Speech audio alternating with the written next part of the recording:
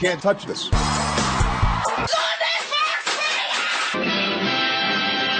Nous allons mettre sur la table une question centrale, celle de l'Internet civilisé. Je ne dis même pas de l'Internet régulé. Je dis de l'Internet civilisé. Merci Nicolas. Donc, si l'Internet a besoin d'être civilisé, c'est qu'il ne l'est pas. Et donc, ceux qui le peuplent, les internautes, nous, vous, serions des barbares. C'est nous. 4 ans plus tôt, c'est la République populaire de Chine, l'un des 10 pays ennemis de l'Internet, qui voulait le civiliser. Bel héritage. Donc, quoi de mieux qu'une conférence mondiale pour permettre de civiliser ce fichu Internet? La veille du G8, je réunirai avec l'accord de mes collègues, et notamment du président Obama, les grands intervenants de la société virtuelle dans chacun des pays du G8. Ah, l'IG8, Paris, capitale de l'Internet. Ses tentes blanches, son jardin des Tuileries, ses invités poids lourds, Facebook, Google, les décideurs du web. Et au milieu de ces illustres causeurs, un internaute, un barbare, un peu perdu. Gosh, I am. First of all, may I say I'm grateful to be here. A little surprised, given the other members of the panel, because I don't think I'm from the same planet, actually.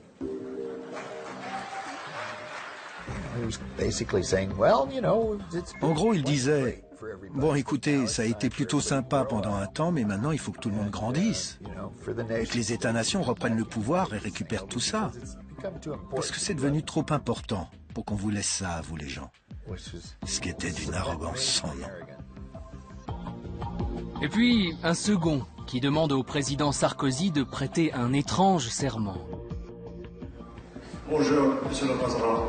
Je m'appelle Jeff Jarvis from City University of New York. A U.S. Official calls the Internet an eighth continent. It's a new land. And so as you go to the G8, I have one small request. I would ask a government to take a Hippocratic oath for the Internet. And that is first, do no harm.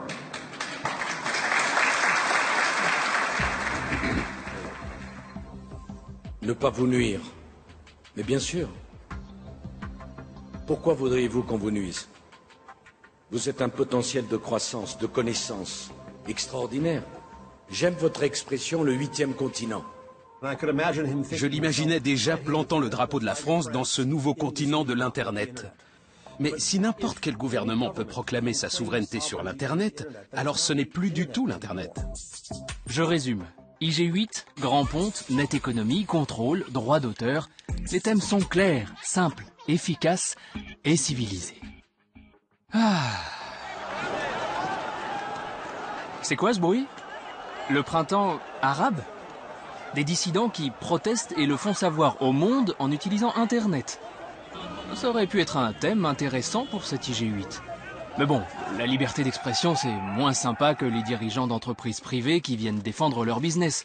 Ça, c'est glamour. Et plus rentable. On a donc d'un côté des gens connectés qui utilisent un outil, le réseau Internet, pour s'exprimer librement, pour se parler, échanger. Et puis de l'autre, certains politiques ou industriels qui ne comprennent pas d'où vient ce bruit, ce brouhaha, où n'importe qui peut dire n'importe quoi, et qui cherchent à baisser le volume, question de confort. Ceux qui parlent depuis toujours, c'est eux, ceux qui passent à la télé, normalement. Et ça donne une contre-histoire du net. Et elle commencerait comme ça. Vous pensez qu'Internet a été créé par des militaires pour protéger les communications en cas d'attaque nucléaire? Eh ben c'est plus compliqué.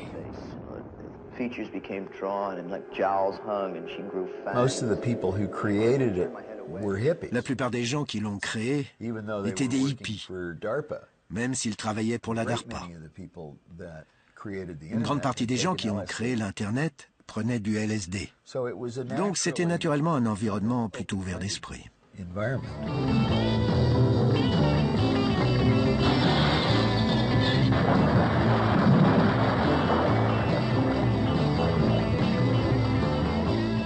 Été 67, San Francisco, Summer of Love, hein, c'est le climax de la culture hippie. C'est juste après qu'ils vont tous dans les forêts, hein, les hippies, et c'est vraiment les mêmes qui, quelques années plus tard, vont dire on a un autre lieu, on a un autre territoire pour faire communauté, pour réinstaller ce qu'on n'a pas su faire dans le monde réel, qui est le territoire virtuel. L'informatique, c'est tout comme le LSD qui prenait par ailleurs, c'est la même chose, ça augmente l'esprit. Ça va être un outil qu'on va bricoler, qu'on va fabriquer, dont on va pouvoir agir sur le code soi-même. Et en faisant ça, on élargit son rapport au monde depuis les individus qui vont se connecter un par un. En parallèle, sur la côte est des États-Unis, ce même esprit de bidouille et de bricolage se diffuse. Le MIT, célèbre institut de recherche, se met à embaucher des systèmes hackers, comme Richard Stallman, qui inventera 10 ans plus tard les logiciels libres. Et à l'époque, jusque dans la technique, rien ne verrouille cet esprit d'ouverture. Au début, nous n'avions pas de mot de passe. Il n'y avait aucune sécurité dans notre système informatique. Et la raison est que les hackers qui avaient créé le système, quelques années avant que je n'arrive, s'étaient rendus compte que n'importe quel système de sécurité aurait permis aux administrateurs de contrôler et de restreindre les hackers. Donc, ils se sont dit, pourquoi leur fournir un outil qu'ils pourront utiliser contre nous? Et c'était très bien comme ça. Tout le monde pouvait faire ce qu'il voulait. Le système n'essayait pas de contrôler les êtres humains. Plus tard, l'administration a essayé de mettre des mesures de sécurité et a fait pression pour installer des mots de passe. Donc, j'ai écrit un programme informatique pour récupérer puis décrypter les mots de passe des gens. Et puis je leur ai envoyé un message en leur disant « J'ai vu que ton mot de passe était le suivant. Pourquoi ne pas me rejoindre et n'utiliser aucun mot de passe? Tu as juste à appuyer sur la touche « Entrée ». C'est le mot de passe le plus court qui existe. C'est très rapide à écrire et c'est tout aussi sécurisé que le mot de passe que tu utilises actuellement. Et en plus, tu milites contre les mots de passe. » Ce qui nous unit, c'est le partage. C'est la notion de partage. Si une information ne peut pas passer par là, elle passe par là, elle passera par tel ordinateur ou par tel autre, mais elle finira par se rejoindre. C'est comme ça que c'est conçu par les militaires américains, et finalement c'est comme ça que c'est détourné par la suite, à un moment donné par les universitaires américains, puis par des gens comme nous, et puis maintenant par la planète entière. Soudain, les gens ont découvert qu'ils avaient la capacité d'utiliser ce médium pour partager des informations entre eux. Et quand il y a eu suffisamment d'informations sur le réseau, il a fallu des moteurs de recherche pour trouver des choses. Cette combinaison entre le World Wide Web et les moteurs de recherche a permis aux gens de se découvrir les uns les autres, même s'ils ne se connaissaient pas. Qu'est-ce que c'est que le net? C'est ça, c'est un échange de pair à pair, peer-to-peer, de 1 à 1. Ou de 1 à 1000, ou de 1000 à 1. C'est d'inverser complètement les choses telles qu'elles ont été jusqu'ici, avec le clergé, l'Église qui donnait la bonne parole, puis le politique qui donnait la bonne parole, puis l'imprimeur qui donnait la bonne parole. Là-dedans, il y a des choses formidables. Mais on disait juste, changeons ça. Il y a un outil qui permet de changer ça. Essayons.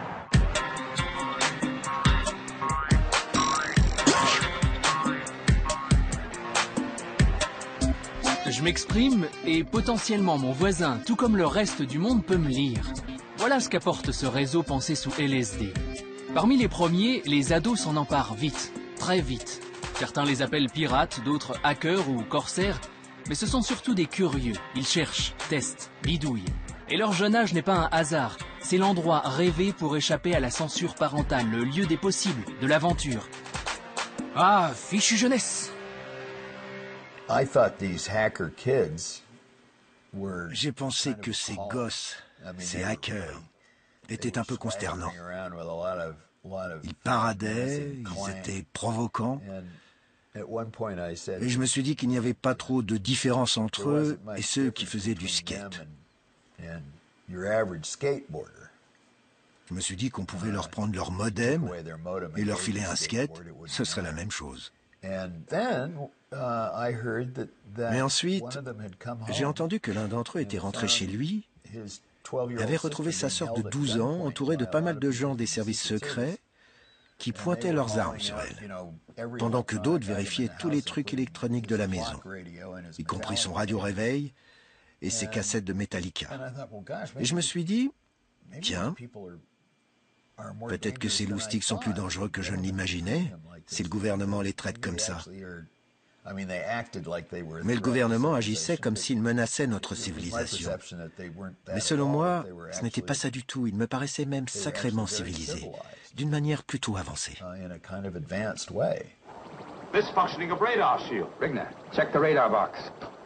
Et rapidement, les différents services de renseignement ont tous cherché à intégrer les compétences de ces bidouilleurs des réseaux. Ça nous est arrivé à 6 heures du matin d'arriver à un pavillon situé en province à Tours et de taper à la porte pour dire voilà police, perquisition, d'avoir des parents qui nous ouvrent les yeux ronds en disant mais mon fils mais il a jamais quitté sa chambre, il est toujours dans sa chambre, etc. En fait c'était un pirate réputé et il était mineur. Donc ça veut dire qu'on a affaire à une population nouvelle, on est un peu démunis face à ce problème-là et nous ne pouvions pas recruter des gens comme ça pour la maison. Par contre, pourquoi est-ce qu'on ne ferait pas faire le service national des gens, vous voyez l'intérêt du service national, de gens réputés, etc., et qui pourraient travailler non pas dans l'ombre, mais pour la nation. Donc on a commencé à recruter effectivement des gens, à l'époque on ne disait pas hackers, on disait plutôt pirates, qui nous ont aidés à comprendre. En France, c'est l'époque où débarquent dans les sous-sols de la DST les baleineaux, recrutés par le général Guyot, alias la baleine. Là, j'en avais qu'un la première année, j'en ai eu 2 la deuxième année, puis après c'est monté jusqu'à une dizaine, une quinzaine. Je les recevais tous personnellement avant. Alors j'avais averti les centres de recrutement des profils que je recherchais. Je recevais les gars et j'ai sélectionné suivant leur sens de l'humour. Plus ça avait rigolé, plus ils étaient sérieux pour moi. Parce que faut être fou pour faire ces choses. Il faut s'amuser. Tous les ans, on avait de nouveaux baleineaux, et tous les ans, ils pouvaient nous apporter quelque chose de nouveau. Mais c'était des gens, pour la plupart, valables. D'autres, où on se méfiait, parce qu'on les triait sur le volet tout de même. Le KGB, il avait fait la même chose que nous. Comme il n'avait pas beaucoup d'informaticiens chez eux à ce moment-là, ils ont recruté ils ont détecté des gens, des hackers, et ils leur ont dit, écoutez, au lieu de vous amuser pour rien, moi je vous paye un petit peu plus si vous allez voir tel ou tel système. Les Anglais et les Américains s'en prévaient pas non plus. En 1991, je suis sur un plateau de télévision et je vois un hacker, présenté comme un hacker, qui s'appelle Jean-Bernard Condat. Je représente un groupe né très récemment qui s'appelle le Chaos Computer Club de France. Et je m'aperçois sur le plateau qu'il est en fait de mèche avec les policiers qui sont aussi présents. Je veux savoir, est-ce que je peux rentrer dans le ministère de la Défense irakien? Je veux savoir combien de munitions ils ont en ce moment dans leur stock. Voilà, page 629 de ce charmant Irak. Le réseau est IDAS, IDAS, géré par la société qui s'appelle BTC. Le code d'accès, 0 pour sortir, 4180 code d'accès. Ensuite, vous cherchez dès le paragraphe d'avant, je ne dirais pas, le numéro de l'ordinateur central de la société BTC, à qui vous allez demander l'ensemble des ordinateurs gouvernementaux, médicaux ou... Bon, j'arrive à Irak et je peux ensuite décliner. Vous descendez dans l'arborescence, comme dans une architecture, en demandant systématiquement... Mais personne ne s'en aperçoit. Oui, je pense qu'il y a des mots de passe à l'intérieur. Absolument pas, car... Il n'y a pas de mot de passe qui bloque à l'intérieur. Comme le disait mon cher collègue, il est totalement possible et directement... Philippe Le Gorju, oui, vous êtes devenu collègue de monsieur, c'est bon. Il m'a sorti mon fichier personnel tout à l'heure. D'accord, oui, non, mais il en fait d'autres. Philippe Le Gorju, le collègue en question, était en fait un ancien gendarme, ex-patron du GIGN. Et donc je vais le voir et il m'explique effectivement qu'il travaille avec la police.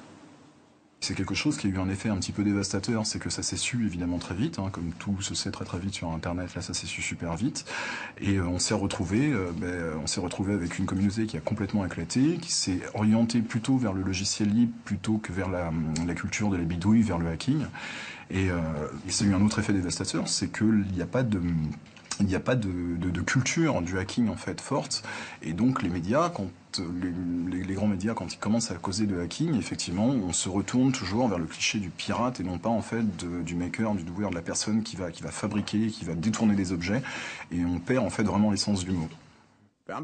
Des agents de la police judiciaire ont perquisitionné les locaux du Chaos Computer Club de Hambourg la nuit dernière. Des membres du club, qu'on appelle des hackers, sont soupçonnés d'avoir pénétré dans le système informatique du Centre européen de recherche nucléaire. Récemment, le club aurait hacké le système informatique de la NASA. La police crée la surprise. Perquisition au Chaos Computer Club de Hambourg. 15 spécialistes de la police de Hambourg, accompagnés de leurs collègues français et de la police judiciaire, ont perquisitionné les locaux du club, ainsi que 3 appartements. En créant le CCCF, les services de renseignement français s'étaient en fait inspirés du premier grand groupe de hackers, le Chaos Computer Club, créé 10 ans plus tôt en Allemagne et qui, malgré les tentatives d'infiltration, a toujours su rester indépendant.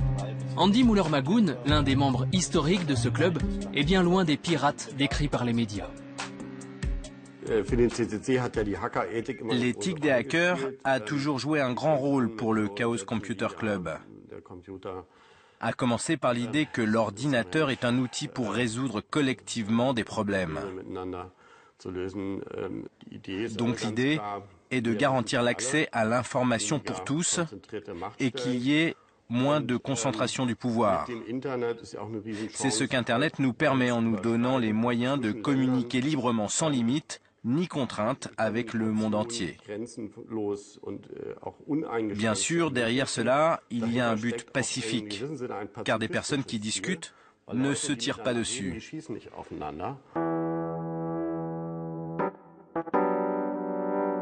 Le hacking, c'est la démarche scientifique. On observe quelque chose qu'on ne comprend pas, et on se demande, comment, pourquoi, et on va chercher à comprendre. C'est ça le hacking. C'est les hackers qui ont construit les premiers ordinateurs, les premiers langages de programmation. C'est les hackers qui ont construit Internet et qui le construisent tous les jours.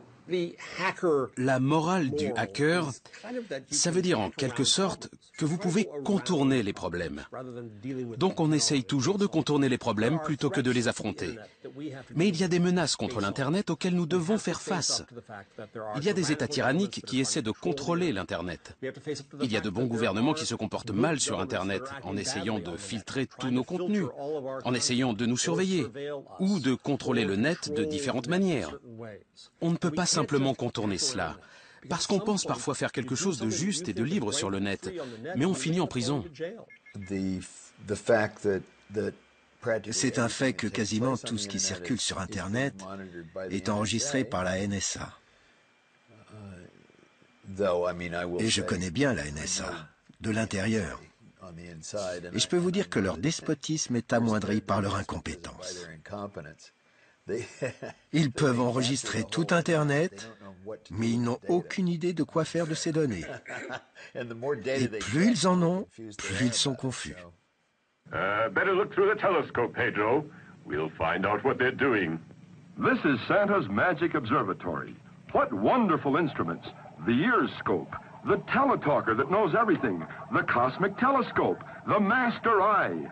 Nothing that happens on Earth is unknown to Santa Claus. Qui va donc chercher une réponse à cette surveillance massive du réseau qui pointe à l'horizon? Les mêmes ados, les bidouilleurs, les hackers. Depuis le début, ils construisent le réseau en fonction de leurs envies ou besoins.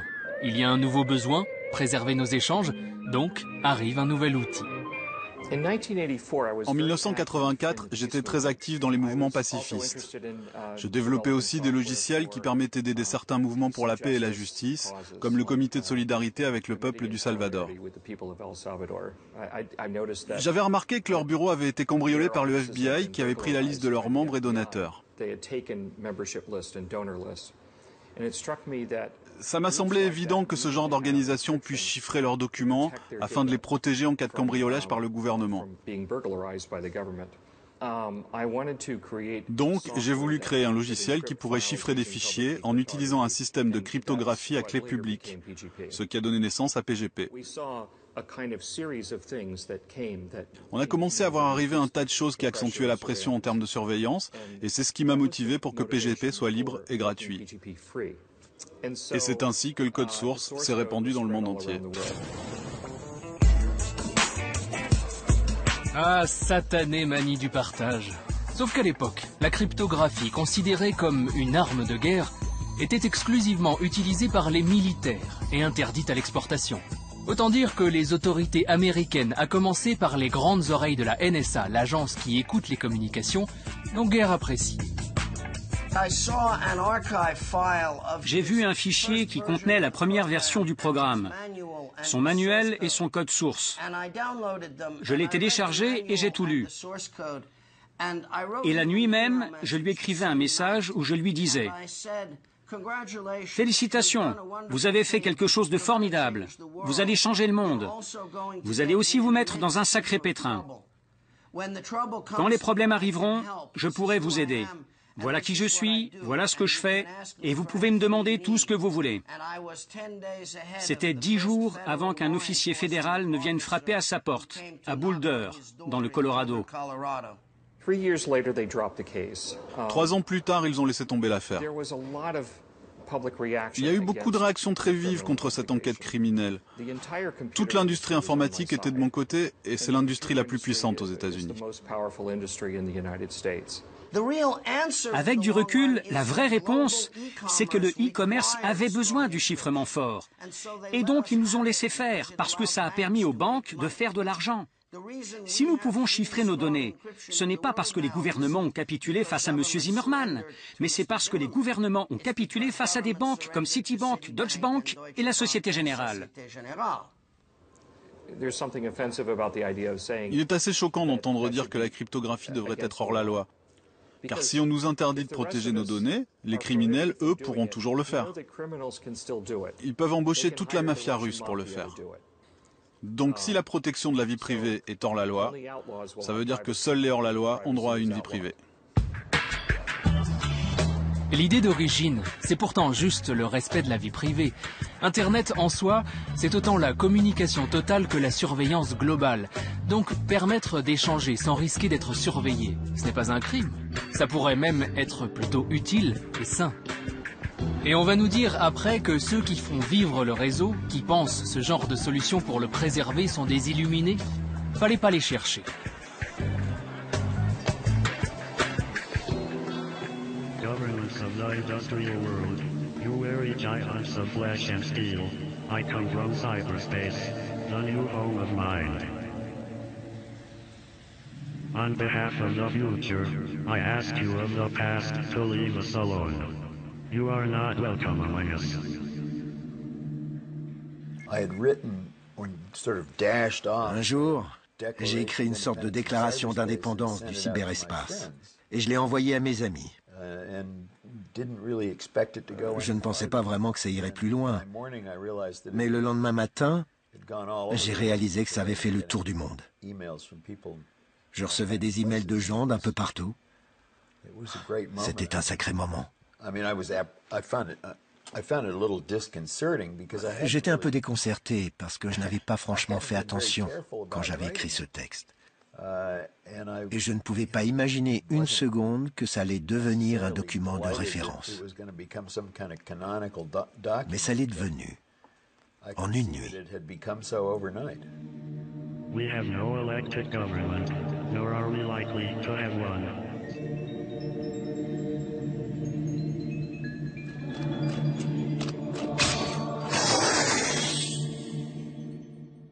Combien faudra-t-il de jeunes filles violées pour que les autorités réagissent? Combien faudra-t-il de morts suite à l'absorption de faux médicaments? Combien faudra-t-il d'adolescents manipulés? Combien faudra-t-il de bombes artisanales explosant aux 4 coins du monde? Combien faudra-t-il de créateurs ruinés par le pillage de leurs œuvres? Il est temps, mes chers collègues, que se réunisse un G20 du net qui décide de réguler ce mode de communication moderne, envahi par toutes les mafias du monde. Hey guys, look at me. I'm Pedal Bear. Ah, ce fameux réseau mafieux. Depuis de nombreuses années, les autorités posent sans cesse la même question. Mais qui se cache derrière cet Internet? Et donc, qui tenir pour responsable? 6 mai 1996, première tentative de réponse. En France, une descente policière a lieu chez 2 fournisseurs d'accès à Internet indépendants, WorldNet et FranceNet. Des photos pornographiques mettant en scène de jeunes enfants. Voilà ce qu'ont trouvé les gendarmes sur les 2 réseaux incriminés. Les 2 gérants ont été envoyés devant la justice. On les tient. Les responsables seraient donc ceux qui gèrent les tuyaux par lesquels passent les contenus, comme si le facteur était responsable du courrier qu'il transporte. Rafi Aladjian, fondateur de FranceNet, fut l'un des 2 PDG menottés ce matin-là. Le problème avec la pédophilie, c'est que c'est un sujet facile. C'est ça le truc, c'est que la pédophilie est le seul sujet dans lequel il y a de manière non ambiguë quand on voit une photo pédophile, on sait qu'elle est pédophile et on peut décider directement de la supprimer. Mais le problème, c'est qu'en supprimant cette photo pédophile, on reconnaît immédiatement qu'on a cette capacité de censure et donc de responsabilité sur tous les contenus, y compris tous ceux qui sont beaucoup plus ambigus. Donc si vous supprimez des images pédophiles, vous êtes aussi responsable de tout message à caractère haineux dans lequel il y a de l'exercice illégal de la médecine, toute violation de copyright, que vous connaissez ou pas. Ce qui était en jeu, c'était quel est le rôle d'un fournisseur d'accès? Est-ce que c'est un type qui censure tout le web et qui fait une espèce de jardin censuré, ou bien c'est un type qui dit voilà un tuyau et tout ce qui est derrière, c'est à vous. C'était ma position à moi.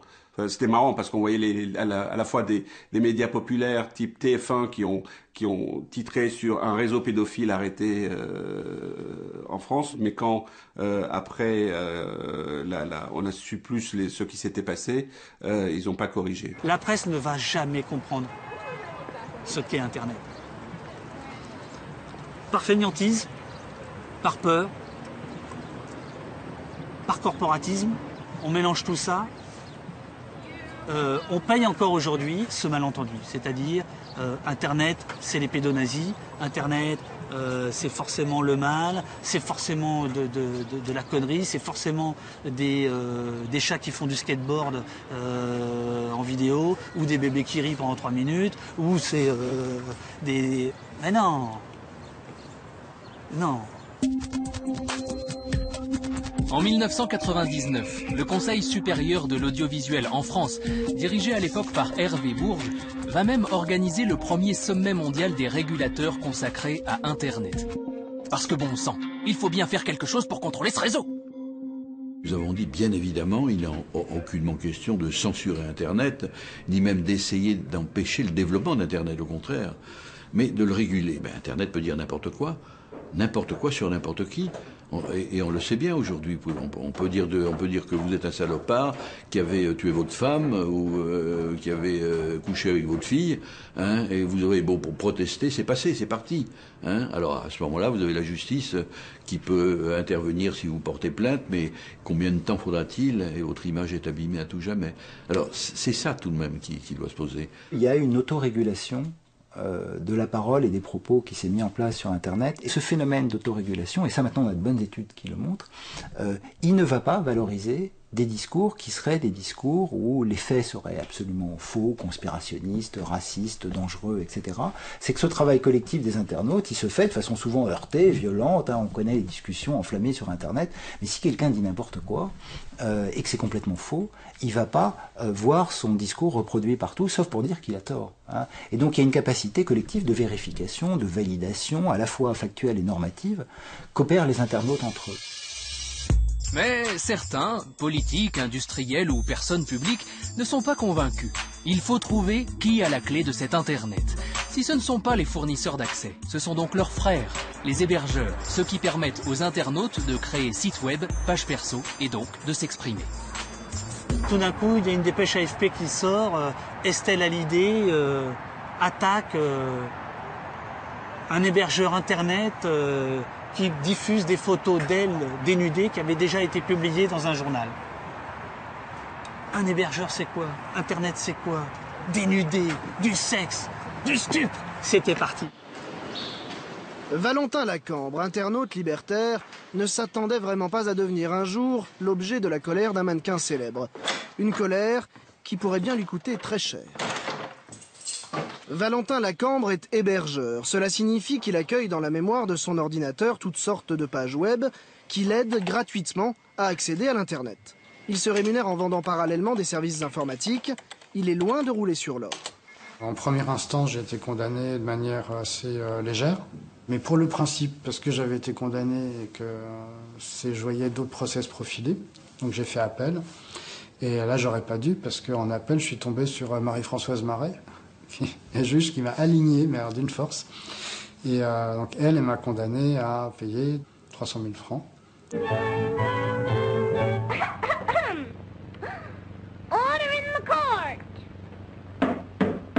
On avait dit, nous allons lancer en fait une espèce de pavé dans la mare en disant, on veut pas savoir si c'est un espace de liberté ou pas. Il y a une atteinte à la vie privée puisqu'on retrouve une photo, on fait abstraction de la technique extérieure et par voie de conséquence, on intervient, on interdit et on octroie des dommages et intérêts. Je ne sais plus ce qu'on avait octroyé comme dommages et intérêts à Estelle Hallyday pour atteinte à sa vie privée. Là, je devais payer, j'étais vraiment à la rue, quoi. Je suis parti de mon appart un peu à la cloche de bois parce que j'avais pas de quoi payer. Enfin, l'ambiance, elle n'était pas terrible, quoi.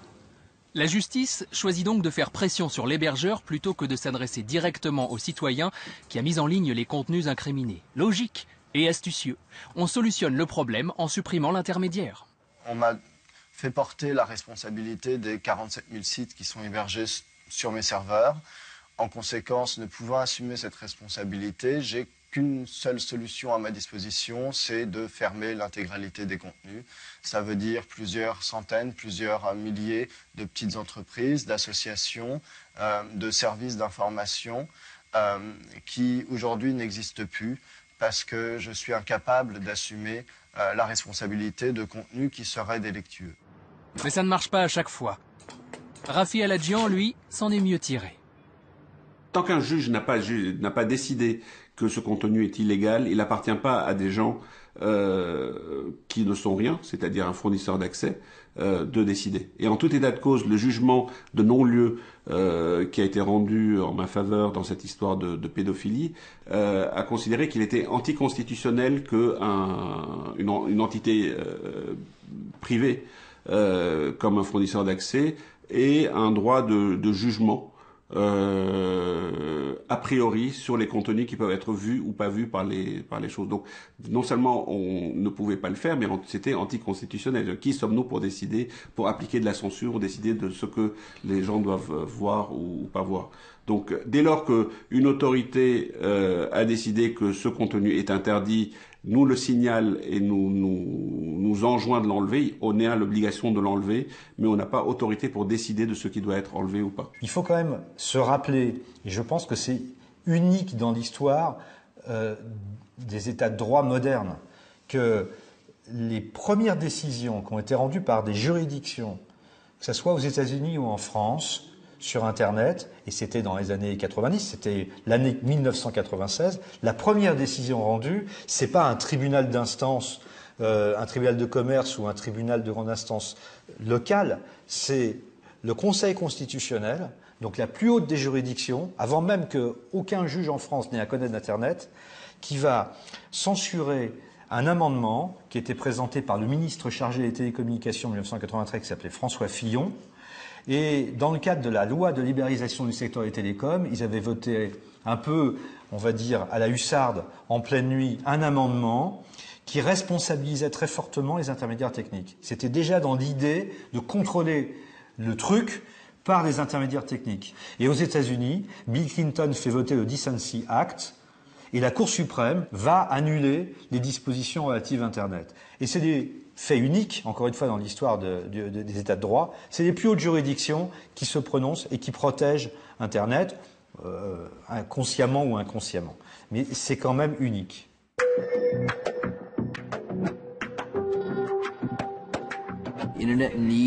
Internet a besoin d'être un endroit dédié à la liberté et non au contrôle. Donc moi, j'aimerais bien voir les gouvernements s'intéresser à Internet, mais d'une manière intelligente.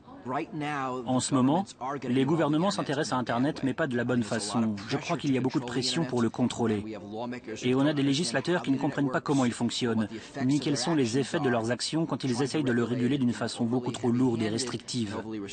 Et je pense que ça sera un problème majeur dans les 5 à 10 années à venir.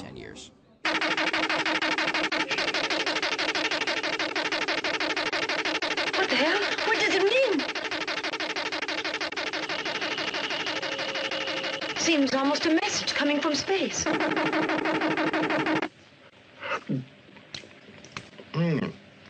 Pâté du foie gras. Captain, our computer is picking up a strange signal. Here, sir, you better take a look at it. Thanks. It's impossible. The computer's got to be wrong.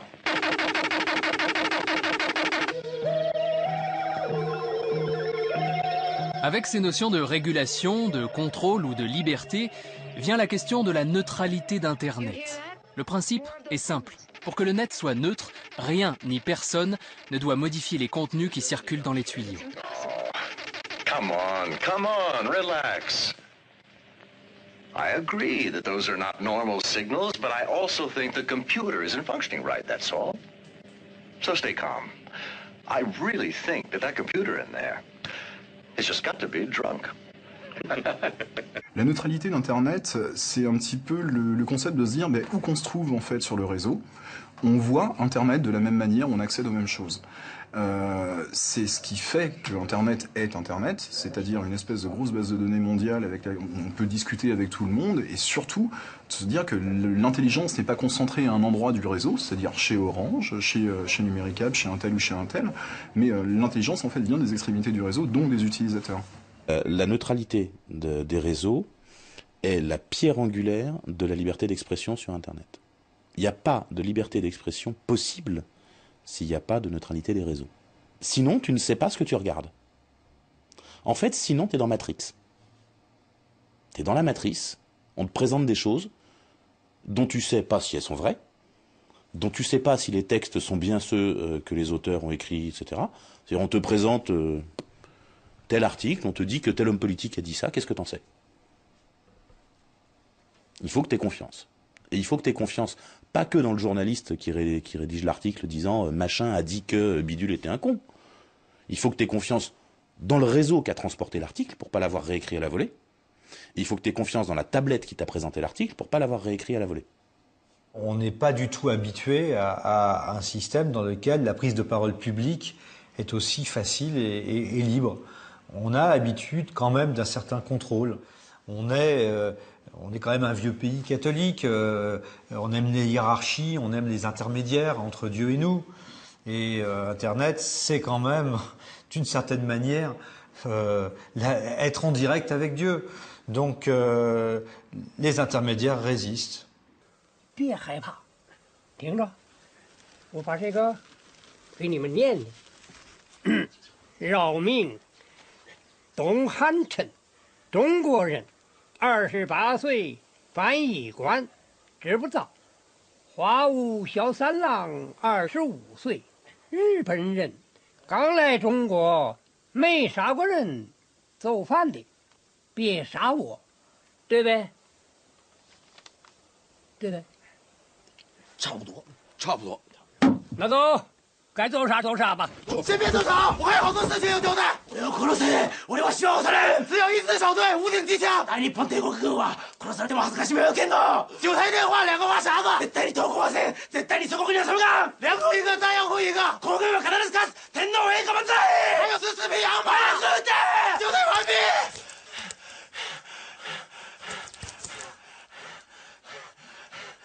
La quête infinie se poursuit donc. Mais qui contrôle Internet? Les procédures, les lois s'enchaînent et la question reste. Ce ne sont ni les fournisseurs d'accès, ni les hébergeurs, très bien. Alors ce sont les internautes. Voilà une nouvelle cible à contrôler pour assainir le réseau. Aujourd'hui, on a condamné, en septembre 2012, un artisan sur le fondement de la DEPI. C'est la première condamnation. à une contravention de quelques centaines d'euros, parce que son épouse avait téléchargé Root Boy de Rihanna, qu'elle savait pas faire fonctionner un logiciel peer-to-peer, et qu'il a été flashé 1500 fois, parce qu'il a été partagé, mais j'ai presque envie de dire à son corps défendant. C'est la même logique. C'est-à-dire sanctionner, responsabiliser, alors qu'on sait que les gens ne sont pas, je dirais, ceux qui personnellement ont pris part à la problématique qui est posée. Adopi, en fait, a normalisé, quelque part, la surveillance des internautes par une société privée, pour des raisons qui sont des raisons mais totalement infondées, qui sont des raisons de copyright.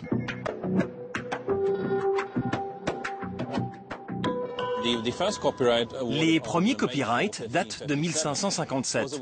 C'était en Angleterre et le but était de supprimer toute dissidence politique. La reine avait alors accordé le monopole de l'impression à l'imprimerie londonienne. Et en échange, elle pouvait censurer tout ce qui sortait de ses presses. Ça remonte à cette époque.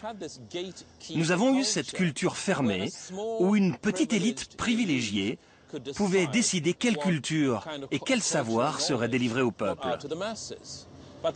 Mais Internet a changé tout cela. Internet a donné une voix à chacun. Pour la première fois dans l'histoire, une petite fille de 9 ans au Paraguay, qui vient d'avoir son premier ordinateur portable, peut aller sur Wikipédia et ajouter du savoir au savoir commun de l'humanité. Ça n'est jamais arrivé avant. Il y a vraiment un domaine dans lequel la France a pu être en avance, c'est la répression en matière de droit d'auteur. Et dès que Sarkozy a été élu, John Kennedy, le président de l'IFPI, donc l'organisation mondiale de lobbying des producteurs de disques, a dit avec Sarkozy, on tient notre champion, lui défendra nos idées. Et donc une fois entré en vigueur, l'Adopi a pu envoyer Marie-Françoise Marais, présidente de la commission de répression, aux quatre coins du monde, aux frais de la princesse, pour aller participer dans tous les rounds de l'industrie pour dire, regardez, en France, ça marche, sortir des chiffres bidons de son chapeau, et comme ça, vendre le modèle français à l'international. Ça, elle continue aujourd'hui. C'est pas un petit changement technique, c'est véritablement une révolution, parce que je pense véritablement que nous sommes à un changement de civilisation. Il va y avoir des modèles qui vont apparaître, mais il s'agit pas de faire la course avec le gourdin. Arrêtez de m'appeler la mère fouettarde du net. Non, je ne suis pas la mère fouettarde du net. Sûrement pas. Que l'échange de fichiers se fasse... je pense que c'est une possibilité, mais qu'elle se fasse d'une façon qui préserve tout ce qui est droit de préserve, qui préserve tout ce qui est droit d'auteur, droit de tous les internautes, pas des internautes, de tous ceux qui participent à l'industrie. Je pense que là, il y a un véritable problème. Est-ce qu'on rémunère une rente ou est-ce qu'on rémunère un travail ? C'est un truc de fond. Là, chercher le vaccin contre le sida quand il y a 200 malades connus dans le monde, ça sert à rien. Par contre, quand il commence à y avoir quelques millions de malades un peu partout et des morts, niveau pépette, c'est mieux. Donc ça, c'est un modèle où tu rémunères la rente. Et donc, il faut créer des rentes si tu veux créer de la rémunération. Puis tu as un autre modèle qui est de dire on rémunère le travail. C'est-à-dire que la société, par un biais ou par un autre, que ce soit l'économie de marché ou que ce soit une autre forme d'économie, dit je souhaite que tel travail soit fait et donc je vais rémunérer les gens pour le faire. C'est un modèle qui est assez classique en France, hein. C'est ce qui fait de nous un pays soviétique aux yeux de beaucoup, mais on a une recherche publique qui est très développée. C'est le modèle du CNRS, hein. C'est le modèle normal du CNRS. On paye les chercheurs à chercher. Et le gars qui trouve, il gagne pas des millions, il a juste fait son travail de chercheur pendant lequel il a été payé, une paye de chercheur honorable, et puis c'est tout. Et c'est ce choix-là qui est entre autres caché derrière ce que font les ayatollahs du copyright. C'est un monde du revenu de la rente contre un monde de revenu du travail. Et c'est un choix de société très profond. Si ne pas réguler, c'est laisser le marché réguler, moi ça ne va pas. Non. Parce que c'est une forme fallacieuse de réguler les choses. Moi je suis pour l'éducation, voilà, tout simplement. C'est-à-dire que apprendre les pratiques, transmettre des pratiques, Je trouve ça beaucoup plus fort que d'interdire. Voilà. Et il se trouve que la vie m'a amené à côtoyer des univers comme celui de la musique, celui du cinéma, etc., où on a bien vu que ce sont des industries anciennes, lourdes, qui n'ont absolument pas compris ce qui se passait et qui ont essayé d'interdire et qui ont perdu. L'interdit ne sera jamais, porteur d'intelligence. Jamais. Il y a des gens qui essayent de contrôler l'accès à la culture du XXe siècle. Il y aura des gens qui voudront contrôler la culture du XIXe siècle. Et partout, il y a des gens qui pensent que quand on prend un bouquin de physique et qu'on fait une copie pour quelqu'un qui est trop pauvre pour se l'acheter, c'est potentiellement criminel. On criminalise la lecture de la même manière qu'on criminalise le fait d'être pauvre. Ça me fait penser à Victor Hugo qui a dit « Par la volonté de Sa Majesté, il est interdit aux riches comme aux pauvres de dormir sous les ponts. » Et de la même façon, nous interdisons aux riches comme aux pauvres d'apprendre gratuitement, ce qui ne pénalise pas du tout les riches, mais écrase les pauvres. Eh bien, si on pouvait mettre un terme aux lois diaboliques, comme la loi Hadopi, nous aurions alors un Internet qui respecterait les droits de l'homme. Internet perturbe les entreprises, des commerçants aux médias et tout type d'industrie. Mais Internet perturbe aussi les gouvernements parce qu'il permet aux gens de créer une nouvelle forme de société, sans frontières ni limites. Et ça remet en cause l'autorité de ces gouvernements. Donc, ces gouvernements et les entreprises qui restent sur de vieux modèles se regroupent parfois pour essayer de restreindre Internet et lutter contre ces changements.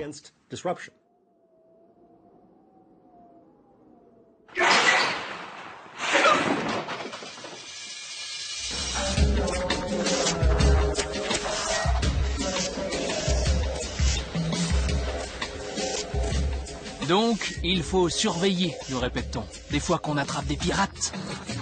Or, les outils de surveillance du réseau sont multiples.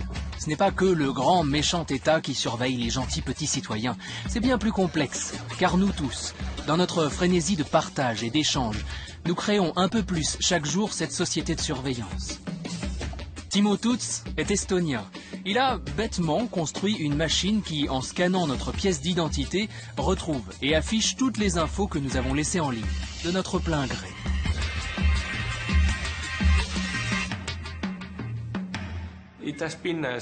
Ça a été assez effrayant pour moi de voir que les gens aimaient vraiment cette machine.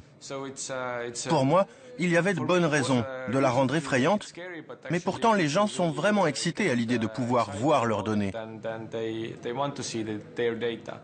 Mais ça arrive aussi tous les jours sur Facebook, partout dans le monde. Les gens partagent leur vie et ils adorent ça. Aucun dictateur n'aurait osé rêver un outil aussi puissant pour surveiller toute une population. Le grand risque d'Internet, ce ne sont peut-être pas ces pirates qui partagent, mais plutôt ces entreprises qui stockent les données qu'on leur cède volontairement chaque jour. Facebook est la version postmoderne de la Stasi. C'est comme ça qu'il faut le voir. Si on regarde le nombre d'informateurs, la Stasi avait infiltré un peu plus de 10% de la population en Allemagne de l'Est. Facebook, dans certains pays comme l'Islande, atteint près de 88% de la population. Les informations que les utilisateurs mettent sur Facebook à propos de leurs amis, de ce qu'ils font, sont déposées bien plus régulièrement que ne pouvaient le faire les agents de la Stasi quand ils rapportaient des informations à leurs supérieurs. À partir d'une carte de crédit Visa, il est possible de prévoir un divorce 1 an avant que vous ne le sachiez vous-même. Et cela uniquement en regardant vos habitudes d'achat. Alors imaginez ce que Google ou Facebook peuvent savoir sur vous. Si on vous diagnostique une maladie grave, la première personne à le savoir, ce n'est ni vos parents, ni vos amis proches, ni vos enfants, votre mari ou votre femme, c'est Google. Nous avons construit le net de façon à ce que toute utilisation qui en est faite puisse être surveillée, d'une façon où chaque serveur web stocke l'information de qui accède à quoi. Et si ce serveur est celui de Facebook et si 800 millions de personnes l'utilisent pour communiquer, alors il y a un homme qui a le droit de savoir ce que tout le monde regarde et fait. Et ce type sera alors sous pression pour vendre ou donner au gouvernement et aux maléfiques de la Terre les informations cruciales de ce que tout le monde fait.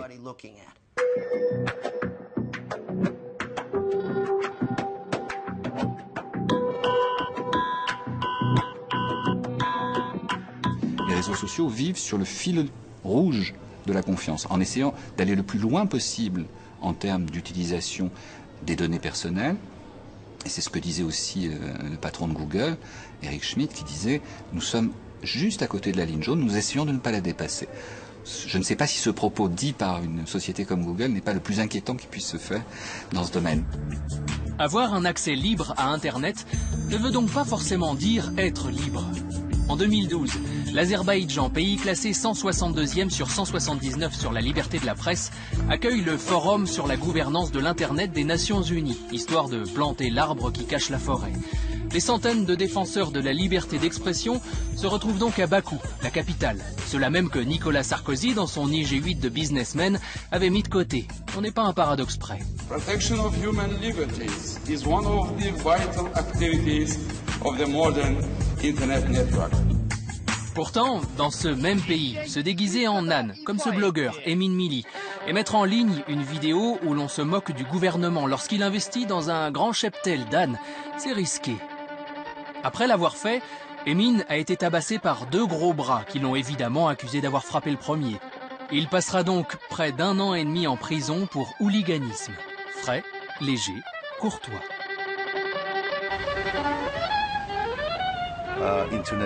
Internet n'est pas libre en Azerbaïdjan. Bien sûr, on est libre d'utiliser Internet techniquement. Je peux, là, aller écrire n'importe quoi sur Facebook ou Twitter, mais ça ne veut pas dire que quand je vais quitter ma maison, je vais être libre. Je vais marcher dans la rue comme si de rien n'était. Je peux être attaqué, remis en prison, et il ne s'agit pas que de moi. Il y a plein de gens à qui c'est arrivé. Ce que j'essaie de dire, c'est que ce gouvernement annonce aujourd'hui, regardez, on a plus de 60% de pénétration Internet. Il y a 900 000 personnes sur 9 millions qui sont sur Facebook en Azerbaïdjan. Et ils disent, regardez, ça grandit vite, on est un pays libre. Mais ce n'est pas vrai. Tu ne peux pas mesurer la liberté d'un pays en mesurant son accès technique à Internet.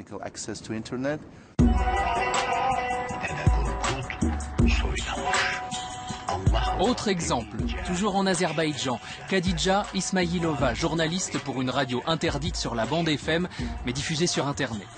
Alors qu'elle enquête sur une affaire de corruption qui touche la famille du président, elle reçoit une lettre. Dedans, une photo d'elle faisant l'amour avec son compagnon. En fait, 3 caméras avaient été installées dans son appartement, jusque dans sa salle de bain. Et cette lettre était une menace pour qu'elle stoppe son enquête. Elle a continué, la sextape a été mise en ligne.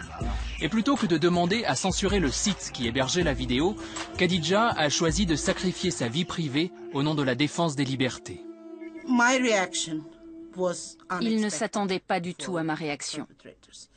Je n'ai pas fait marche arrière. J'ai dit que je n'avais pas honte de ce qu'il s'était passé, de ce que j'avais fait. J'ai dit que ceux qui devaient avoir honte étaient ceux qui volent l'argent du peuple, qui détournent les opportunités du peuple pour enrichir leur propre famille. J'ai fait une déclaration publique sur Facebook et ensuite, les médias l'ont reprise. L'enquête fut ouverte et mes amis et ma famille m'ont dit de demander aux enquêteurs, au gouvernement ou au ministre de la Communication de bloquer en Azerbaïdjan le site web qui hébergeait la vidéo afin que ma vie ne soit pas en danger. J'ai décidé de ne pas le faire parce que notre gouvernement attend la moindre occasion pour légitimer la censure de sites web. Si moi je demande de bloquer ce site web, ça leur servira d'excuse pour le faire à nouveau plus tard. Donc je n'ai pas fait cette demande.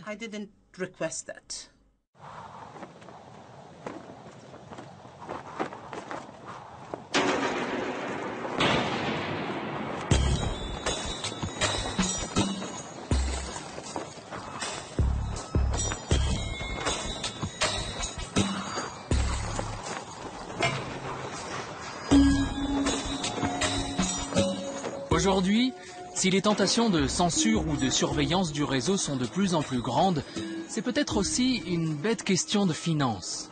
L'appât du low cost, jusque dans la surveillance.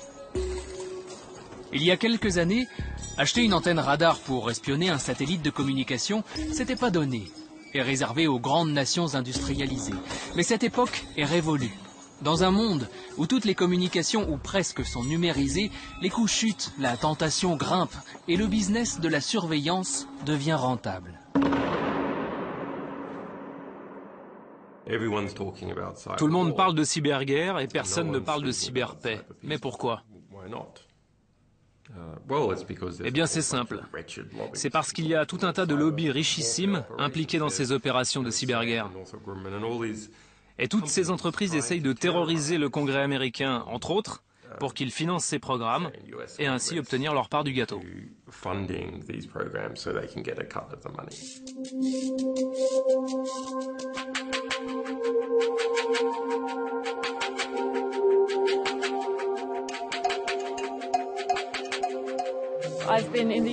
Je suis au Parlement européen depuis 2009, date à laquelle il y avait aussi des élections en Iran. À l'époque, de nombreux Iraniens mettaient en ligne des vidéos pour montrer que des milliers d'hommes et de femmes manifestaient dans les rues pour demander où est mon vote. J'étais en contact avec de nombreux activistes et plus je leur parlais, plus ils m'expliquaient qu'ils étaient trouvés, tracés, traqués et emprisonnés à l'aide de technologies répressives. Et je me suis dit qu'il fallait enquêter. En creusant, j'ai découvert que ces technologies n'étaient pas utilisées qu'en Iran, mais également en Égypte, en Tunisie, en Syrie ou au Bahreïn, et dans beaucoup d'autres pays où la répression est systématique, mais où des entreprises européennes ont été en mesure d'exporter ce que j'appelle des armes numériques. Il est grand temps que nous mettions un frein à ces exportations et que ces entreprises se comportent de manière plus transparente et responsable. Il y a un énorme marché avec plus d'1 millier d'entreprises commercialisant des technologies de surveillance massive. Une compagnie sud-africaine vend par exemple un kit pour 10 millions de dollars par an qui permet d'enregistrer en permanence toutes les communications téléphoniques d'un pays de taille moyenne.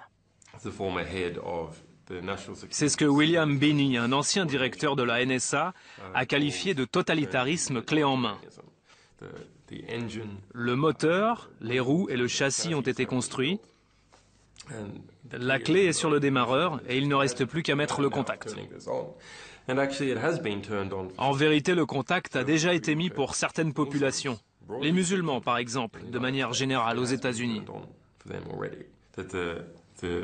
Nous avons là tous les ingrédients essentiels à une nouvelle dystopie transnationale et totalitaire.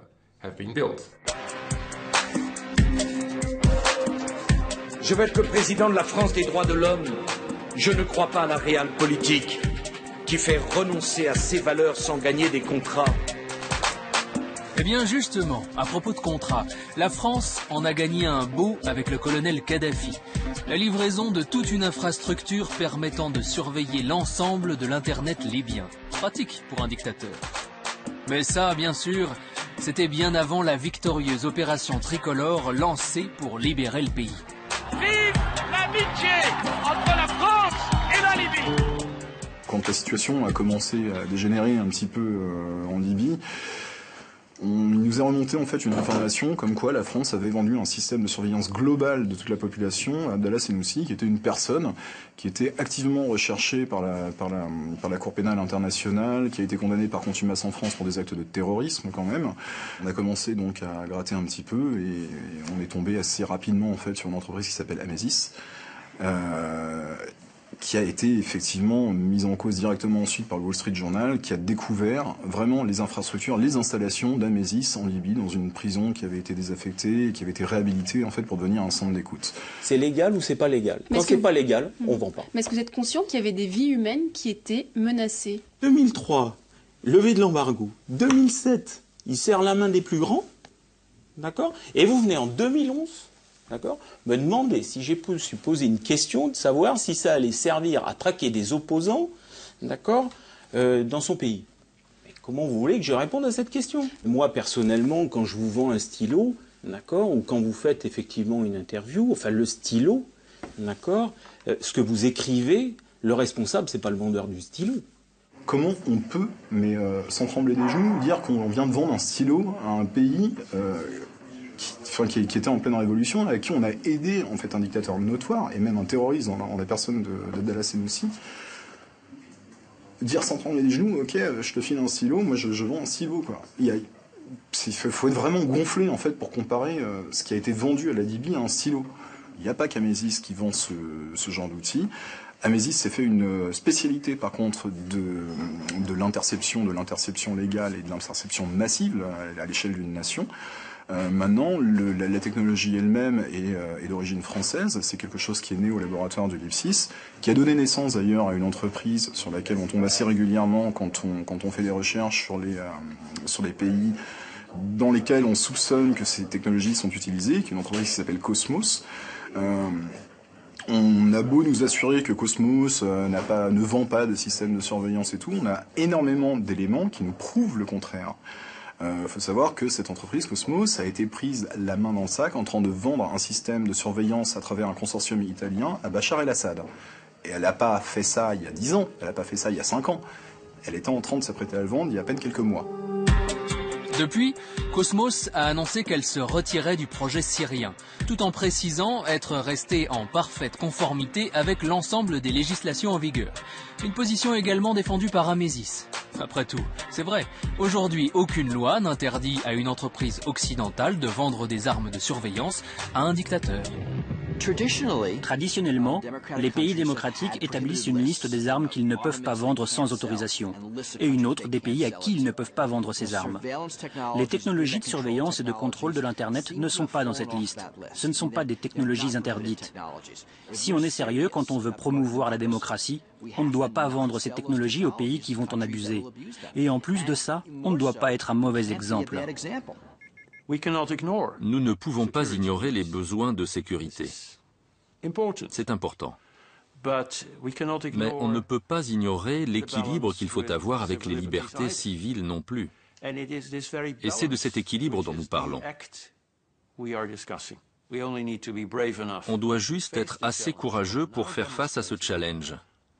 Démontrer pourquoi on a vraiment besoin d'une mesure comme celle de la surveillance, mais également rester critique afin de préserver cet équilibre à tous les niveaux.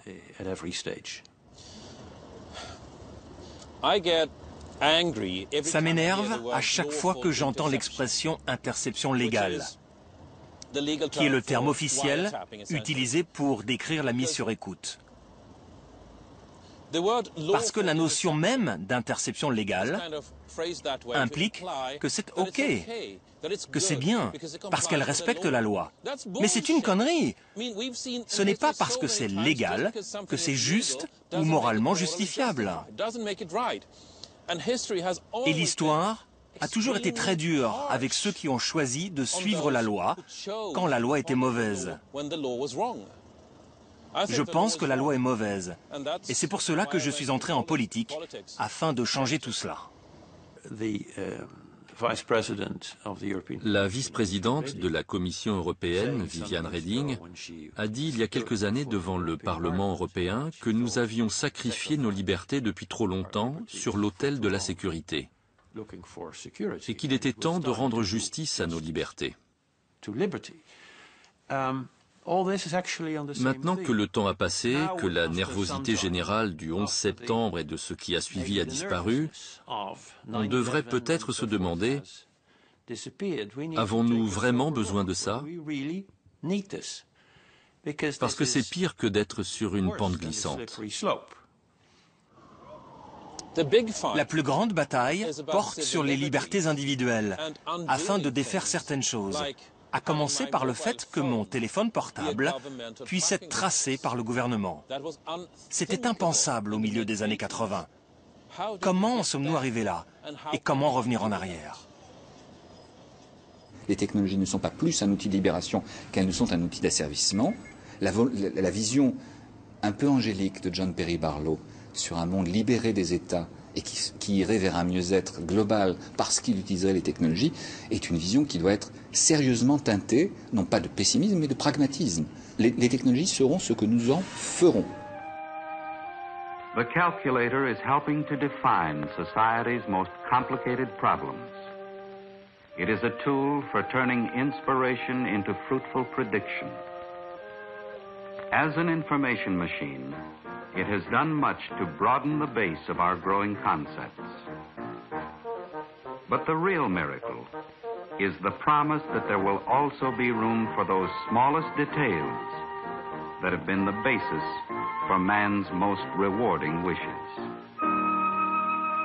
This is a story of a technique in the service of mankind.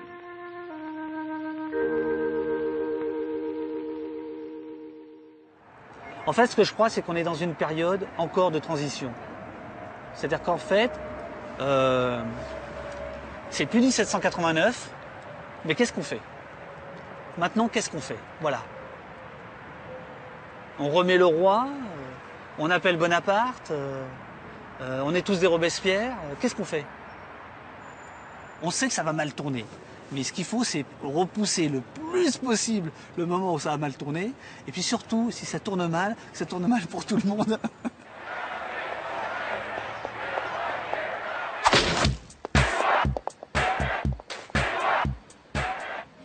Certains choisissent donc d'agir. Et ils le font avec cette sacrée habitude qu'offre Internet, sans demander la permission. Comme le collectif international Telecomix qui, en Syrie, a aidé les internautes à contourner la surveillance du régime. On peut les appeler hackers, mais ce sont avant tout des gens connectés à d'autres grâce à un réseau et qui cherchent à s'entraider. En Syrie, le réseau est totalement surveillé par le gouvernement. Des gens ont été arrêtés chez eux en raison d'activités sur le net, et ça doit toujours être le cas. Des gens ont dû mourir parce qu'ils avaient mis je ne sais quoi sur Facebook. Et nous avons mis à disposition des infrastructures permettant de mettre en ligne des choses en contournant la surveillance. Cela peut paraître prétentieux, mais nous étions à ce moment-là les seuls à pouvoir le faire. Une ONG ne peut pas intervenir comme nous l'avons fait. Nous avons attaqué les décisions d'un État souverain. En d'autres circonstances, cela serait considéré comme une déclaration de guerre. Nous, Telecomix, avons décidé qu'il était important pour les gens de pouvoir mettre en ligne des informations. Et nous avons décidé de contourner les décisions d'un État par tous les moyens.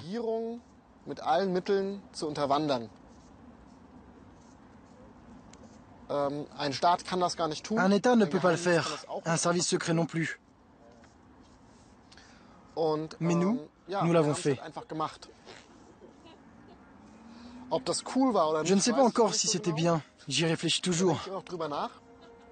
Mais je pense qu'à ce moment-là, c'était la bonne décision à prendre.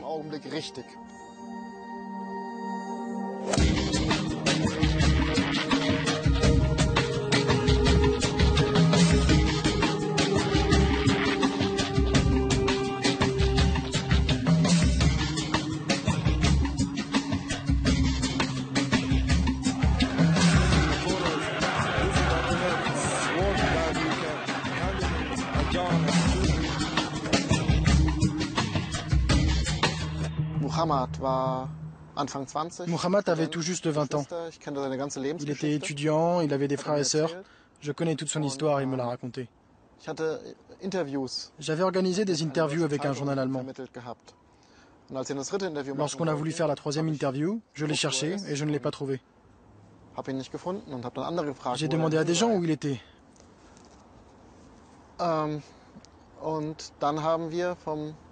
Et nous avons obtenu, tout à fait par hasard, une vidéo sur laquelle on voyait Muhammad être battu à mort dans une cellule.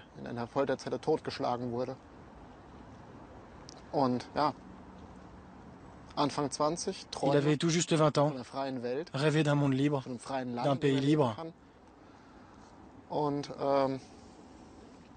Et parce qu'il voulait exprimer librement ses rêves, il a été tué. Dear peoples of the Middle East and North Africa, this is Telecomix. We have a short message for you. Recently there have been massive uprisings in many countries, from Tunisia to Egypt. We are very happy to see the success of your struggles for democracy and freedom. We are also sad to see the violence that happens.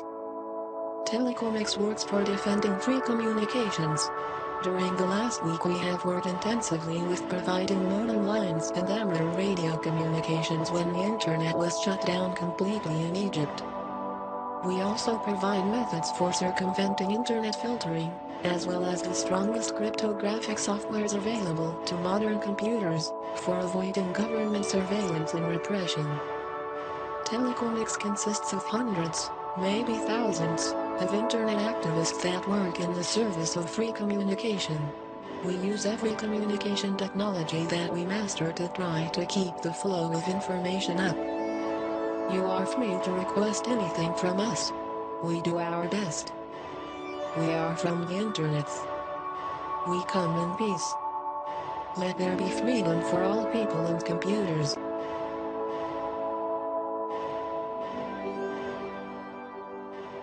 The question is, I think, la question est, est-ce que les hackers peuvent individuellement changer le monde? Peut-être à certains niveaux, sur quelques détails. Peuvent-ils changer le monde ensemble, en tant que collectif? Sans doute pas tant que ça. Et ils ne travaillent pas si souvent de manière collective. Maintenant, est-ce qu'en s'associant avec d'autres gens, ils peuvent faire quelque chose? Là, la réponse est oui. Il y a une phrase très belle que j'aime beaucoup de Ben Schneiderman qui disait « Il n'est plus temps d'apprendre à nos enfants à surfer, il est temps de leur apprendre à créer des vagues ». Je crois que le citoyen doit créer la vague. Je pense que l'on est en train de vivre un profond changement de société. Et cela change si vite que nous n'avons pas le temps de comprendre ce qui arrive. Nous ne savons pas comment réagir. On va avoir besoin d'une génération de personnes qui est née avec Internet, qui a grandi avec Internet, qui comprend vraiment ce que les législateurs actuels ne saisissent absolument pas. On a besoin que ce soit elles qui soient au pouvoir. Et là, on commencera à avoir un vrai changement. Le Parti pirate est une vague, née du réseau. Grâce à lui, il a même fini par atteindre les plages du Parlement européen. J'ai mis en ligne un site vraiment moche qui disait « Vous savez les gars, je pense qu'on peut réunir 225 000 voix. Et si on y arrive, on sera au Parlement. Voilà notre projet, voilà comment on va le faire, je pense qu'on peut le faire. » 3 ans et demi plus tard, aux élections européennes de 2009, on a obtenu 225 915 voix, ce qui nous a propulsés au Parlement européen. Quand Nicolas Sarkozy s'est fait élire et qu'on a lu en filigrane de son programme le délire sécuritaire d'Internet, on s'est dit qu'il fallait se mettre en ordre de bataille, qu'il fallait inventer quelque chose. C'est là qu'on a créé la Quadrature du Net. Et on s'est dit, eh bien, on va hacker la politique. Ils sont légion, les exemples d'initiatives citoyennes qui émergent du réseau. Tout comme le Parti pirate, la Quadrature du Net, à l'origine une petite association française, bouscule l'agenda politique jusqu'au Parlement européen. C'est mon côté révolutionnaire épicurien. Le principe est toujours le même, agir sans demander la permission. Et derrière, le même rêve, modifier la société comme on corrige 3 lignes de code. En tant que la Quadrature du Net, on fabrique tous les jours des outils pour permettre aux citoyens de comprendre les enjeux sur ces dossiers, mais aussi pour leur permettre de participer. On a par exemple développé un truc qui s'appelle le Pi-phone, qui permet aux gens d'appeler gratuitement le Parlement européen. Donc nous choisissons la liste des eurodéputés à appeler, donc ceux qui restent à convaincre, ceux qu'il faut bien cibler, etc. Et les gens entrent leur numéro de téléphone, pouf, il y a leur téléphone qui sonne, et ils sont directement mis en contact avec les eurodéputés. C'est un truc qu'on peut faire avec 3 bouts de voix sur IP et 4 morceaux de code et 5 rustines sur Internet. Et l'esprit de bidouille, les rustines, ça fonctionne, même en politique. Les initiateurs du traité ACTA s'en souviennent encore. ACTA, qu'est-ce que c'est? C'est l'accord commercial anti-contrefaçon. C'est un accord international protégeant le droit d'auteur, le copyright et la propriété intellectuelle. Nous ne nous battons pas contre ces valeurs, qui existent déjà, mais contre des aspects de ce traité qui vont à l'encontre des intérêts du peuple, et de beaucoup de nos libertés. ACTA, c'était l'accord commercial anti-contrefaçon. C'est un texte négocié en secret, comme un accord commercial que font les pays entre eux, mais qui contenait un nombre de dispositions répressives en matière de copyright et qui allait littéralement transformer les intermédiaires de l'Internet en une police privée du copyright et imposer des mesures répressives absolument inacceptables. Pendant 4 ans, on a fait campagne, on a informé les citoyens pour que les citoyens se saisissent de ce dossier, aillent au contact des élus du Parlement européen. Et le 4 juillet dernier, le Parlement européen a rejeté par 478 voix contre 39, dont 21 UMP français, ce texte qui est une victoire historique. Quelques mois avant, les gens nous disaient « Non mais c'est complètement impossible ».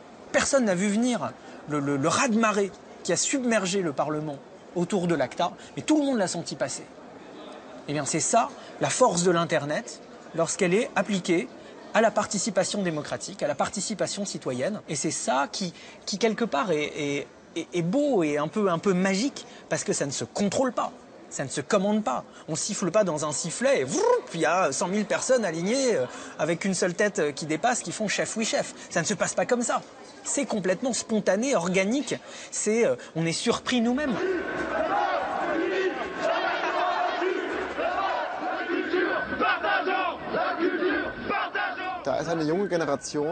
Il y a une nouvelle génération d'hommes et de femmes politiques qui n'avaient pas nécessairement vocation à le devenir.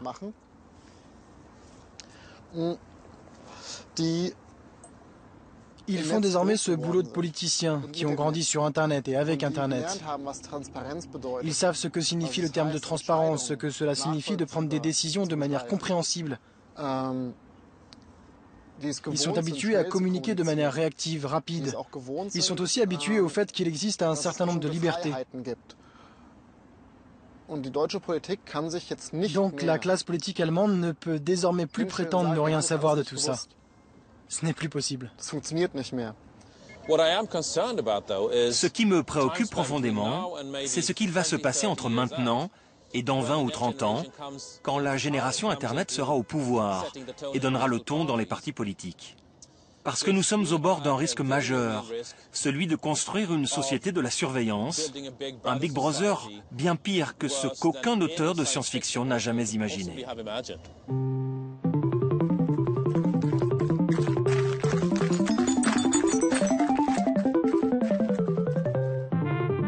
D'ici là, comme le disent certains, il faut continuer à coder. Car ce qu'il y a sous le capot d'Internet, ce qui fait tourner le réseau, c'est le code. Ce code informatique n'est qu'un langage qui permet, entre autres, à nos ordinateurs d'afficher des pages web ou à nos logiciels de faire ce qu'on leur demande. C'est comme un alphabet que les machines interprètent et qui font que les informations peuvent circuler d'un utilisateur à l'autre. Comme tout langage, ce code est essentiel à la communication. Libre à chacun de l'apprendre. Pour quelqu'un qui fait du web, le code est magique. Il faut comprendre le code si on veut pouvoir aller plus loin et surtout si on veut ne pas se laisser enfermer dans une expression qui serait encadrée par les marchands, encadrée par les logiciels, encadrée par les législateurs. C'est pour ça que toute la défense du code, ce qu'on appelle les logiciels libres, est si importante. Avec les ordinateurs, il n'y a que deux possibilités. Soit l'utilisateur contrôle le logiciel, soit le logiciel contrôle l'utilisateur. Si c'est le logiciel qui contrôle les utilisateurs, vers où allons-nous? Eh bien, le propriétaire du logiciel contrôle les utilisateurs qui utilisent ce logiciel.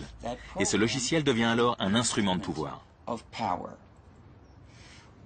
Afin que les utilisateurs gardent le contrôle sur le logiciel, ils ont besoin de certaines libertés. Et ce sont ces libertés qui définissent ce qu'est un logiciel libre.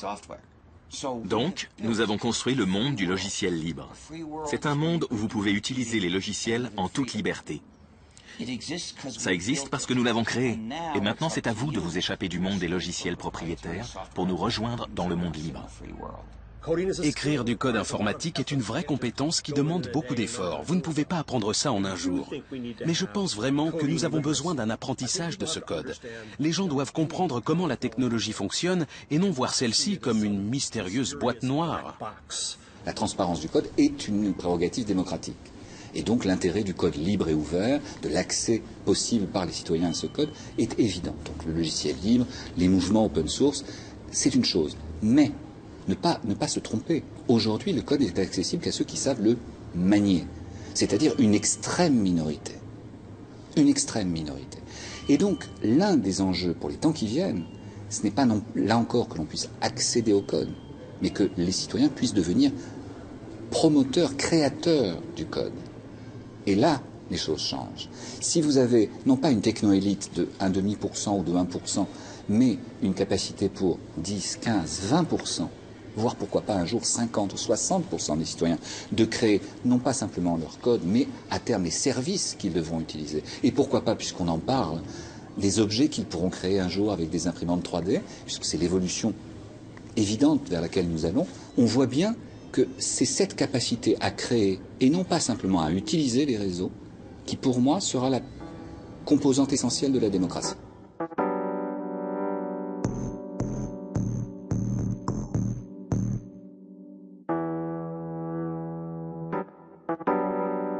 Et voilà comment Internet sort de sa boîte. L'esprit des pionniers, ces hippies sous LSD, semble être finalement toujours là. Les vapeurs sont tenaces. Aujourd'hui, des machines, appelées imprimantes 3D, conçues par des hackers, bidouilleurs, makers, ouvrent de nouveaux horizons et poussent le concept encore plus loin. Une imprimante 3D, c'est simplement quelque chose qui va te couler une forme en 3 dimensions, avec du plastique en fait, et ça va te créer un objet. Donc tu peux te créer des objets avec ça. Ce qui est important en fait quelque part, c'est la réappropriation de process qui sont des process industriels, qui sont très coûteux et qui aujourd'hui en fait sont démocratisés. Faut savoir qu'un truc comme ça coûte moins de 1 000 euros. La grosse machine en fait coûte plusieurs dizaines de milliers d'euros et c'est quelque chose qui va nous permettre après nous tout simplement de nous amuser, de jouer.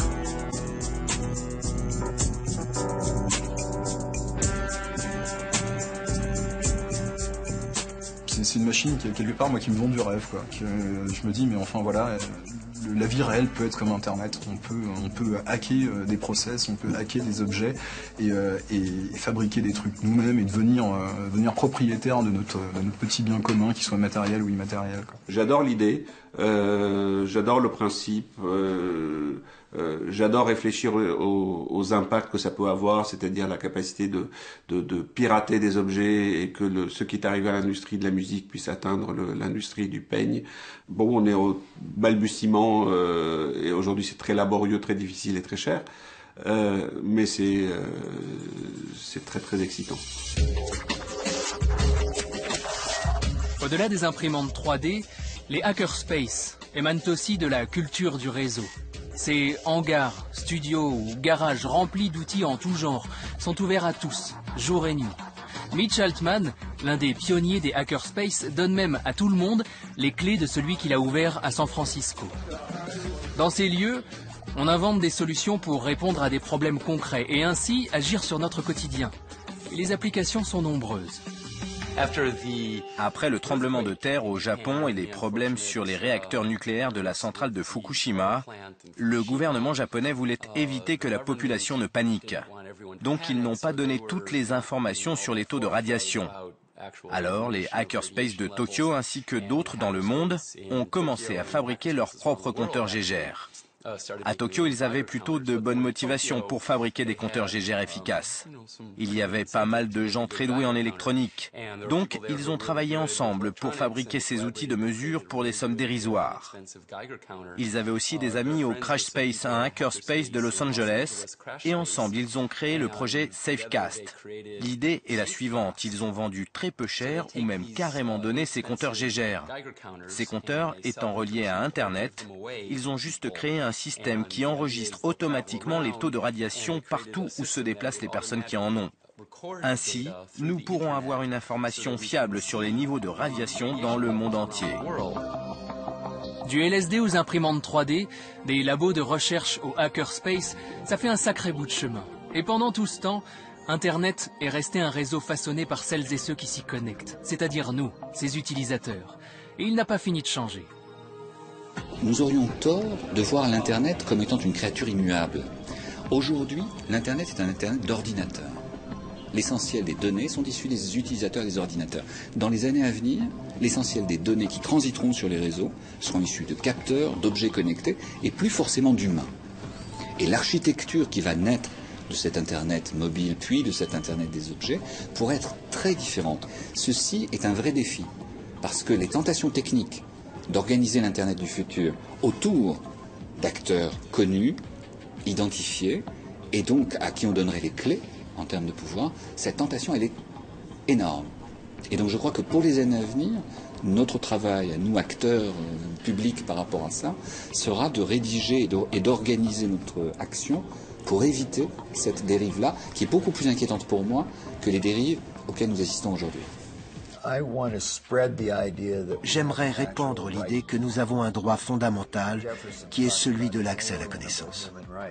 Tout comme Jefferson a parlé de droit humain inaliénable, il y a un droit humain inaliénable qui est de pouvoir connaître tout ce qui peut être connu et reconnu d'utilité générale. Personne ne s'était donné la peine de déclarer ce droit avant, parce qu'il n'y avait aucun moyen de le transmettre. Mais maintenant, il y en a un. Nous devons nous battre pour ce droit. Nous devons être de bons parents, car si nous gagnons ce droit dans ces temps primitifs, il restera acquis pour toujours. Donc ce qui pourrait arriver de pire, c'est qu'on se dise « Non, non, c'est acquis. C'est bon, la liberté de diffusion, d'impression est acquise. » Non, je crois qu'elle est un combat de tous les jours et de chacun. J'allume mon ordinateur, qu'est-ce que je fais? Qu'est-ce que je fais? Est-ce que j'apporte ma pierre à l'édifice ou pas? En sachant que l'édifice, il est bordélique, il est bruyant, il est comme la vie. Ça pourrait sonner comme une fin, ou pas. Aujourd'hui, près de 200 cyberdissidents sont incarcérés parce qu'ils ont osé s'exprimer sur les réseaux.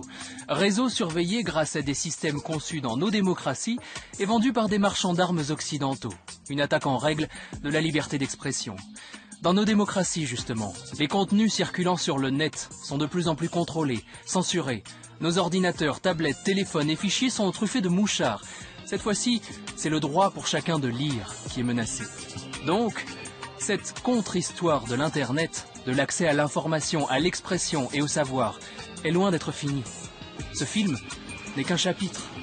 À vous d'écrire la suite.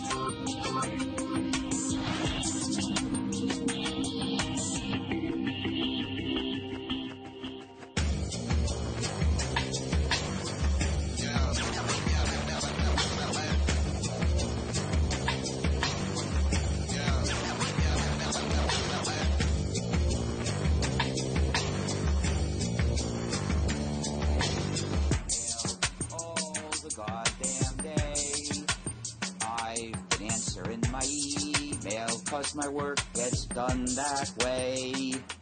Can't you feel the fingers ache and type until early in the morn? Can't you see the letters blurring? It's just an ad for porn.